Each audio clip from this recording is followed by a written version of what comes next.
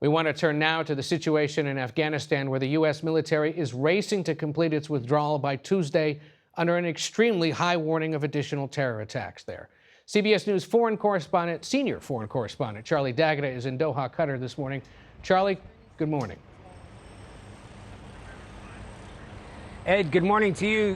This morning, the U.S. State Department warned Americans once again to avoid going to the airport. If you're there, leave immediately, citing new credible threats after that drone strike against ISIS militants. They're bracing for the possibility of another terrorist attack as one of the largest airlifts in American history enters its final and most dangerous phase.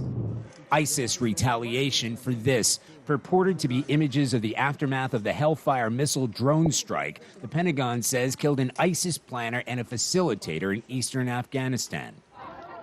New eyewitness accounts have emerged after the ISIS suicide bombing at the airport, accusing U.S. and Turkish forces of opening fire on the crowd after the explosion.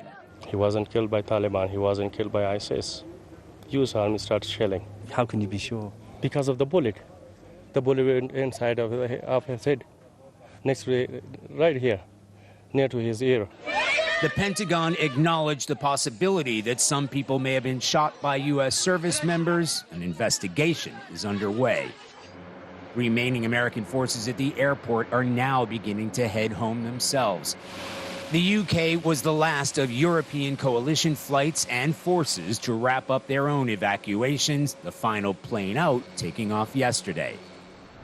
The White House says more than 120,000 people have now been evacuated, including 5,400 Americans. With the window now slamming shut at the airport, hundreds of thousands of desperate Afghans have been scrambling to the border with Pakistan, terrified of life under Taliban rule.